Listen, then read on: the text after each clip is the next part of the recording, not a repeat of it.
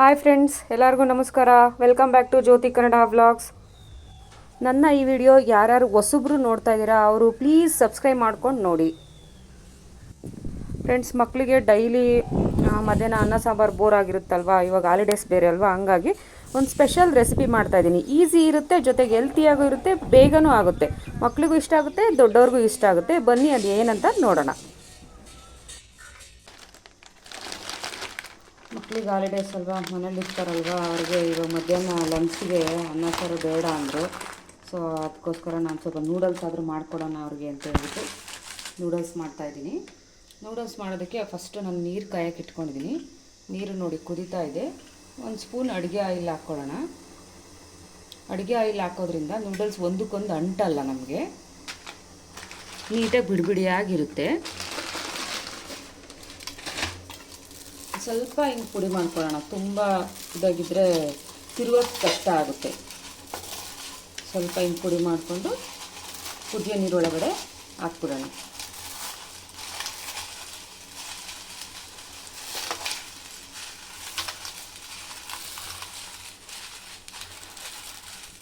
ನೋಡ್ತಿದ್ದೀರಲ್ಲ, ನೀರು ಕುದೀತಾ ಇದೆ. ಇದಕ್ಕೆ ನೂಡಲ್ಸ್ ಹಾಕ್ಕೊಳ್ಳೋಣ. ಸ್ಟವ್ ಆಫ್ ಮಾಡ್ಕೋತೀನಿ ನಾನು. ಆ ಬಿಸಿಗೆ ನೂಡಲ್ಸು ಮೆತ್ತಗಾಗುತ್ತೆ.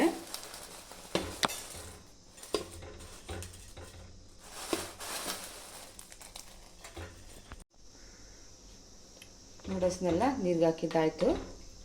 ಇವಾಗ ಒಂದು 5 ನಿಮಿಷ ನೀರಲ್ಲಿ ಬಿಟ್ಬಿಡೋಣ. ಆಮೇಲೆ ಇದಕ್ಕೆ ಅಷ್ಟೊತ್ತಿಗೆ ಅದು ನೆನೆಯೋ ಅಷ್ಟೊತ್ತಿಗೆ ನೂಡಲ್ಸಿಗೆ ಏನೇನು ಬೇಕೋ ಅದೆಲ್ಲ ಕಟ್ ಮಾಡ್ಕೊಳ್ಳೋಣ. ಈರುಳ್ಳಿ, ಕ್ಯಾಪ್ಸಿಕಮ್ಮು ಅದೆಲ್ಲ ಕಟ್ ಮಾಡ್ಕೊಳ್ಳೋಣ. ಬಿಟ್ಬಿಟ್ಟು ನೋಡಿ, ಈ ಥರ ನೀರಲ್ಲಿ ಬಸೆ ಹಾಕೋದಿರುತ್ತಲ್ಲ, ಕಾಳುಗಳನ್ನೆಲ್ಲ ಬಸೆ ಹಾಕಿ ಇಟ್ಕೊಂಡಿರ್ತೀವಿ. ಈ ಥರದ್ರಲ್ಲಿ ಬಸೆ ಹಾಕ್ಕೊಂಡಿರೋದಕ್ಕೆ ನೋಡಿ ಇಷ್ಟು ಉದುದ್ರಾಗಿ ಬಂದಿದೆ. ಒಂದು ಸ್ಪೂನ್ ಆಯಿಲ್ ಹಾಕಿರೋದ್ರಿಂದ ಒಂದಕ್ಕೊಂದು ಅಂಟ್ಕೊಂಡಿಲ್ಲ ನೋಡಿ. ನೂಡಲ್ಸ್ ಮಾಡೋದಕ್ಕೆ ನೋಡಿ, ನಾನು ಈ ಥರ ಸ್ಲೈಸಾಗಿ ಉದ್ದ ಕೋಸ್ ಕಟ್ ಮಾಡಿ ಇಟ್ಕೊಂಡಿದ್ದೀನಿ. ಜೊತೆಗೆ ಒಂದು ಕ್ಯಾಪ್ಸಿಕಮು, ಒಂದು ಕ್ಯಾರೆಟ್ ದೊಡ್ಡದು, ಒಂದು ಈರುಳ್ಳಿ, ಒಂದು 3 ಹಸಿಮೆಣ್ಸಿನ್ಕಾಯಿ, ಒಂಚೂರು ಕರಿಬೇವು, ಇದನ್ನೆಲ್ಲ ಇವಾಗ ಒಗ್ಗರಣೆಗೆ ಹಾಕ್ಕೊಳ್ಳೋಣ. ನೋಡಿ, ಆಯಿಲ್ ನಮಗೆ ಎಷ್ಟು ಕ್ವಾಂಟಿಟಿ ನೋಡಿಕೊಂಡು ಅಷ್ಟು ಆಯಿಲ್ ಹಾಕ್ಕೊಂಡಿದ್ದೀನಿ. ಒಂದು ಸ್ವಲ್ಪ ಸಾಸಿವೆ ಸಿಡಿತಾ ಇದೆ ನೋಡಿ. ಕರಿಬೇವು, ಈರುಳ್ಳಿ, ಹಸಿಮೆಣಸಿನ್ಕಾಯಿ ಎಲ್ಲ ಹಾಕ್ಕೊತೀನಿ. ಉರಿ ಸ್ವಲ್ಪ ಸಣ್ಣ ಮಾಡ್ಕೊಳ್ಳೋಣ, ಇಲ್ಲಾಂದರೆ ಹಸಿಮೆಣಸಿನ್ಕಾಯಿ ಎಲ್ಲ ಕಣ್ಣಿಗೆ ಮುಖಕ್ಕೆಲ್ಲ ಸಿಡಿತಾ ಇರುತ್ತೆ. ಸ್ವಲ್ಪ ಉರಿ ಸಣ್ಣ ಮಾಡಿಕೊಂಡ್ರೆ ಅದು ಆಟೋಮೆಟಿಕಲ್ ಫ್ರೈ ಆಗುತ್ತೆ. ಹಚ್ಚಿಟ್ಕೊಂಡಿದ್ದಲ್ಲ ಆ ಕ್ಯಾರೆಟ್ ಹಾಕ್ಕೊಂಡಿದ್ದೀನಿ.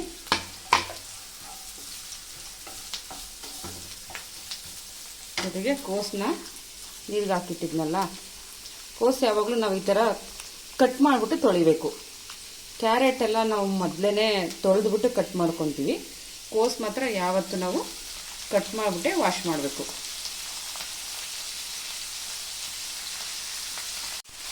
ಇದೆಲ್ಲ ಒಂದು 2 ನಿಮಿಷ ಫ್ರೈ ಆಗಲಿ. ಸ್ವಲ್ಪ ಟೊಮೊಟೊ ಸಾಸ್ ಹಾಕ್ತಾಯಿದ್ದೀನಿ.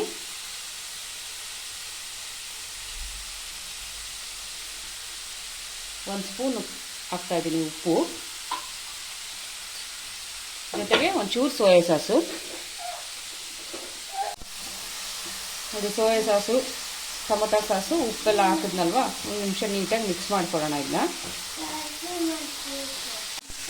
ಕ್ಯಾಪ್ಸಿಕಮ್ ನೋಡಿ ಲಾಸ್ಟಿಗೆ ಹಾಕ್ಕೊತಾ ಇದ್ದೀನಿ ನಾನು. ಕ್ಯಾಪ್ಸಿಕಮ್ಮು ತುಂಬ ಬೆಂದರೆ ಚೆನ್ನಾಗಿರಲ್ಲ ಕ್ಯಾಪ್ಸಿಕಮ್ಮು, ಅದಕ್ಕೋಸ್ಕರ ಲಾಸ್ಟಿಗೆ ಹಾಕ್ಕೊಂಡು ತುರ್ಕೊಳ್ತೀನಿ. ಇದೆಲ್ಲ ಇವಾಗ ಬಸೆ ಹಾಕ್ಕೊಂಡಿದ್ನಲ್ಲ ನಾನು, ಅದನ್ನೆಲ್ಲ ಹಾಕ್ಕೊಳ್ಳೋಣ.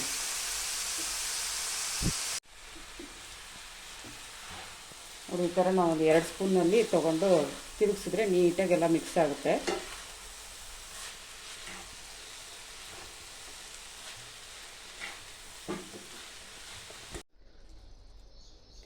ಇದು ಸ್ವಲ್ಪ ತಿರುಗಿಸೋಕ್ಕೆ ಕಷ್ಟ ಅನಿಸಿದ್ರೆ ಸಣ್ಣುರಿ ಮಾಡ್ಕೊಂಡು ಸ್ಟವ್ ತಿರುಗಿಸ್ಕೋಬೇಕು, ಇಲ್ಲ ಅಂದರೆ ಎಲ್ಲ ತಳ ಒತ್ತಿದಂಗೆ ಆಗುತ್ತೆ.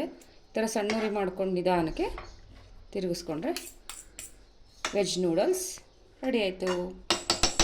ಟೊಮೊಟೊ ಸಾಸ್ ಜೊತೆ ತಿಂದರೆ ಸಖತ್ತಾಗಿರುತ್ತೆ. ಮನೆಯಲ್ಲೇ ಮಾಡಿರೋ ವೆಜ್ ನೂಡಲ್ಸ್. ನಾನು ಮಾಡಿರೋ ಈ ರೆಸಿಪಿ ನಿಮಗೆಲ್ಲ ಇಷ್ಟ ಆಗಿದೆ ಅಂದ್ಕೊತೀನಿ. ನನಗಂತೂ ಇಷ್ಟ ಆಯಿತು. ಟೇಸ್ಟ್ ಮಾಡಿದೆ, ತುಂಬ ಚೆನ್ನಾಗಾಗಿದೆ.